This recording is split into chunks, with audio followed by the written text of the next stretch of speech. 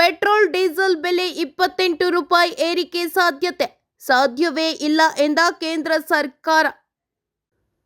ದೇಶದಲ್ಲಿ ಪೆಟ್ರೋಲ್ ಮತ್ತು ಡೀಸೆಲ್ ಬೆಲೆಗಳು ಶೀಘ್ರದಲ್ಲೇ ಗಣನೀಯವಾಗಿ ಏರಿಕೆಯಾಗುವ ಸಾಧ್ಯತೆ ಇದೆ ಎಂದು ಕೋಟಕ್ ಇನ್ಸ್ಟಿಟ್ಯೂಷನಲ್ ಈಕ್ವಿಟೀಸ್ ವರದಿ ಮಾಡಿದೆ.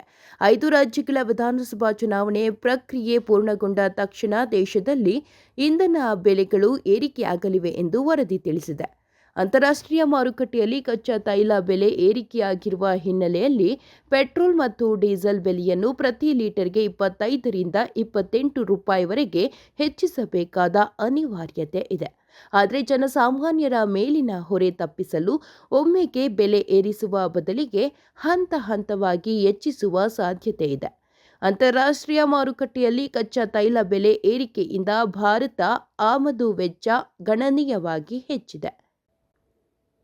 ಮಾರ್ಚ್ ಮತ್ತು ಏಪ್ರಿಲ್ ತಿಂಗಳಿನಲ್ಲಿ ಭಾರತದ ಕ್ರೂಡ್ ಬ್ಯಾಸ್ಕೆಟ್ ಬೆಲೆ ತುಂಬಾ ಏರಿದೆ.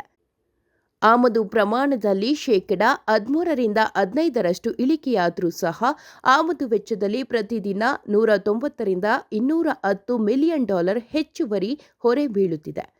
ಸದ್ಯದ ಪರಿಸ್ಥಿತಿಯಲ್ಲಿ ಕಚ್ಚಾ ತೈಲ ಬೆಲೆ ಏರಿದ್ದರೂ ಭಾರತದಲ್ಲಿ ಇಂಧನ ದರಗಳು ಪರಿಷ್ಕರಿಸಿಲ್ಲ. ಇದು ತೈಲ ಸಂಸ್ಕರಣಾ ಕಂಪನಿಗಳಿಗೆ ಭಾರೀ ಆರ್ಥಿಕ ಹೊರೆಯಾಗುತ್ತಿದೆ. ಕಂಪನಿಗಳಿಗೆ ಪ್ರತಿ ತಿಂಗಳು ಸುಮಾರು 27,000 ಕೋಟಿ ರೂಪಾಯಿ ಹೆಚ್ಚುವರಿ ನಷ್ಟವಾಗುತ್ತಿದೆ. ಸರ್ಕಾರವು ಎಕ್ಸೈಸ್ ಸುಂಕವನ್ನು ₹10 ವಿನಾಯಿತಿ ನೀಡಿದ್ರೂ ಅದು ಕಂಪನಿಗಳ ಈ ಬೃಹತ್ ನಷ್ಟವನ್ನು ಸರಿದೂಗಿಸಲು ಸಾಕಾಗುತ್ತಿಲ್ಲ.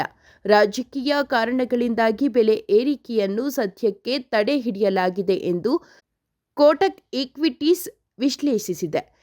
ಪಶ್ಚಿಮ ಬಂಗಾಳ ಮತ್ತು ಇತರ ರಾಜ್ಯಗಳಲ್ಲಿ ಚುನಾವಣೆಗಳ ನಂತರ ಪೆಟ್ರೋಲ್ ಮತ್ತು ಡೀಸೆಲ್ ಬೆಲೆ ಏರಿಕೆಯಾಗಲಿದೆ ಎಂಬ ಯಾವುದೇ ವರದಿಗಳನ್ನು ಪೆಟ್ರೋಲಿಯಂ ಮತ್ತು ನೈಸರ್ಗಿಕ ಅನಿಲ ಸಚಿವಾಲಯ ಈಗ ನಿರಾಕರಿಸಿದೆ. ಭಾರತ ಸರ್ಕಾರವು ಅಂತಹ ವರದಿಗಳನ್ನು ನಕಲಿ ಸುದ್ದಿ ಎಂದು ಕರೆದಿದೆ.